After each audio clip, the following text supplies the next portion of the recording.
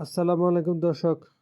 কর জাল সম্প্রসারণের পাশাপাশি রাজস্ব আদায় বাড়াতে জাতীয় রাজস্ব বোর্ড এনবিআর সংশ্লিষ্ট ক্ষেত্রে পিএসআর দাখিল বা আয়কর রিটার্ন দাখিলের প্রমাণপত্র নিশ্চিত করার উপর অধিকতর গুরুত্ব আরোপ করেছে।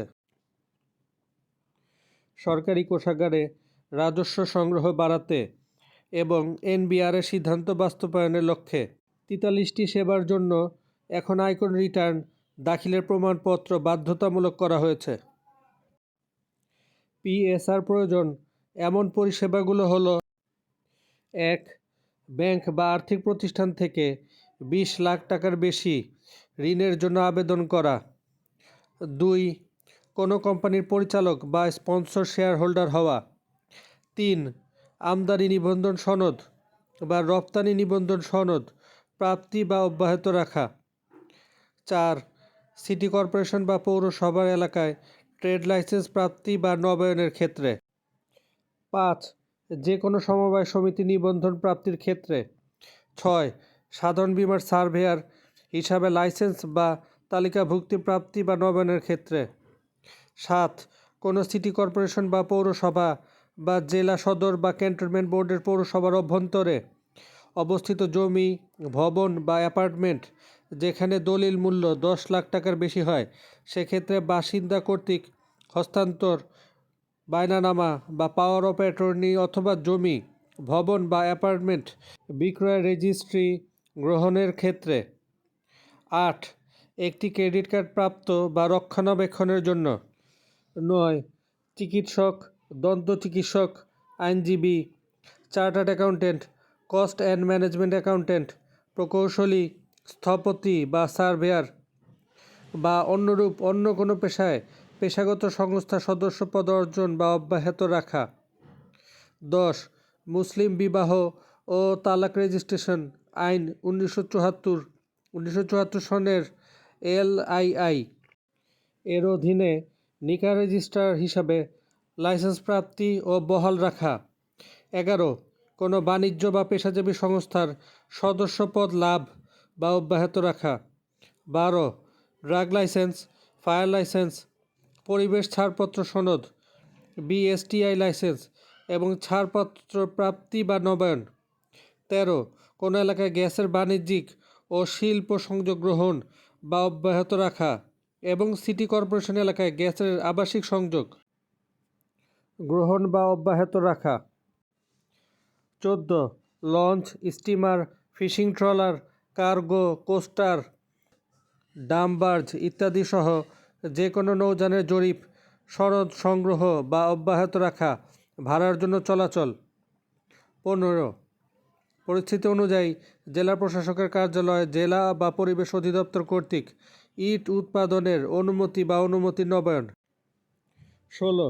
যে কোনো সিটি কর্পোরেশন, জেলা সদর বা পৌরসভার অবস্থিত আন্তর্জাতিক পাঠ্যক্রম বা জাতীয় পাঠ্যক্রমের ইংরেজি ভার্সন অনুযায়ী শিক্ষা প্রদানকারী ইংলিশ মিডিয়াম স্কুলে শিশুর বা নির্ভরশীল ব্যক্তির ভর্তি অনুমতি অর্জন। 17. সিটি কর্পোরেশন বা ক্যান্টনমেন্ট বোর্ডে বিদ্যুৎ সংযোগ গ্রহণ বা অব্যাহত রাখা। 18. কোম্পানির এজেন্সি বা ডিস্ট্রিবিউটরশিপ প্রাপ্তি চালু রাখা। 19. অস্ত্রের লাইসেন্স প্রাপ্তি বা অব্যাহত রাখা। 20. আমদানির উদ্দেশ্যে ঋণপত্র LC প্রণয়ন। 21.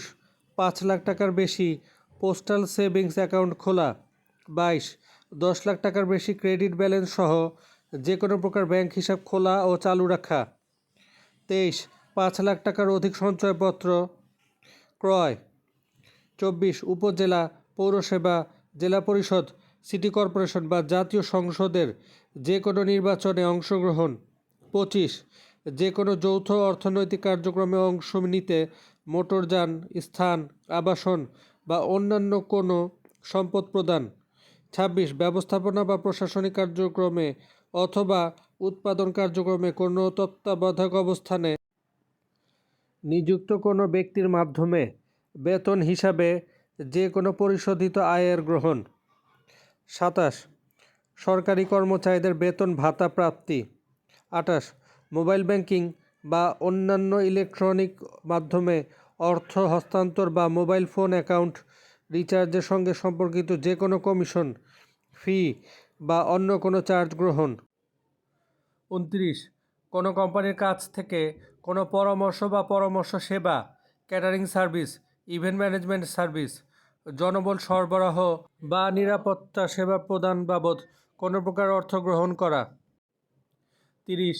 মাসিক 16,000 টাকার অধিক পরিশোধের অর্থ এমপিওভুক্ত সরকারের কাছ থেকে গ্রহণ করতে হবে এমন বিষয়।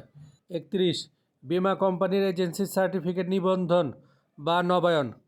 32. 2 বা 3 চাকার যানবাহন ব্যতীত যে কোনো প্রকার মোটরযানে নিবন্ধন, মালিকানা পরিবর্তন বা ফিটনেস নবায়ন। 33. এনজিও বিষয়ক ব্যুরো বা মাইক্রো ক্রেডিট রেগুলেটরি অথরিটি লাইসেন্সধারী ক্ষুদ্র ঋণ সংস্থাকে বৈদেশিক অনুদান প্রদান। 34. যে কোনো ডিজিটাল প্ল্যাটফর্ম কর্তৃক বাংলাদেশের ভোক্তাদের কাছে যে কোনো পণ্য বা সেবা বিক্রয়। 35. কোম্পানি আইন 1994 এবং সোসাইটি রেজিস্ট্রেশন অ্যাক্ট 1960 অধীনে নিবন্ধিত ক্লাবের সদস্য পদের জন্য আবেদন করা। 36. পণ্য সরবরাহ, চুক্তি সম্পাদন বা সেবা প্রদানের উদ্দেশ্যে কোনো বাসিন্দা কর্তৃক দরপত্র দলিল দাখিল। 37. কোনো কোম্পানি বা ফার্ম হতে যে কোনো ধরনের পণ্য বা সেবা গ্রহণ। 38. বাংলাদেশে আমদানি বা রপ্তানির জন্য বিল অফ এন্ট্রি দাখিল। 39. কোনো সিটি কর্পোরেশন বা পৌরসভায় রাজধানী উন্নয়ন কর্তৃপক্ষ রাজুক, চট্টগ্রাম উন্নয়ন কর্তৃপক্ষ সিডিএ, খুলনা উন্নয়ন কর্তৃপক্ষ কেডিএ এবং রাজশাহী উন্নয়ন কর্তৃপক্ষ আরডিএ বা সংশ্লিষ্ট যে কোনো কর্তৃপক্ষের অনুমোদন লাভের উদ্দেশ্যে ইমারত নির্মাণের পরিকল্পনা দাখিল। 40. দলিল লেখক, ডাক টিকিট ও কোর্ট ফি বিক্রেতাদের নিবন্ধন। 41. সমবায়, ট্রাস্ট, এনজিও ইত্যাদির ব্যাংক হিসাব খোলা। 42. সিটি কর্পোরেশন এলাকায় বাসা ভাড়া ও ইজারা প্রদান। 43. নির্দিষ্ট সংস্থাগুলোর জন্য পণ্য সরবরাহ এবং সেবা প্রদান। সাথে থাকার জন্য ধন্যবাদ দর্শক। আসসালামু আলাইকুম।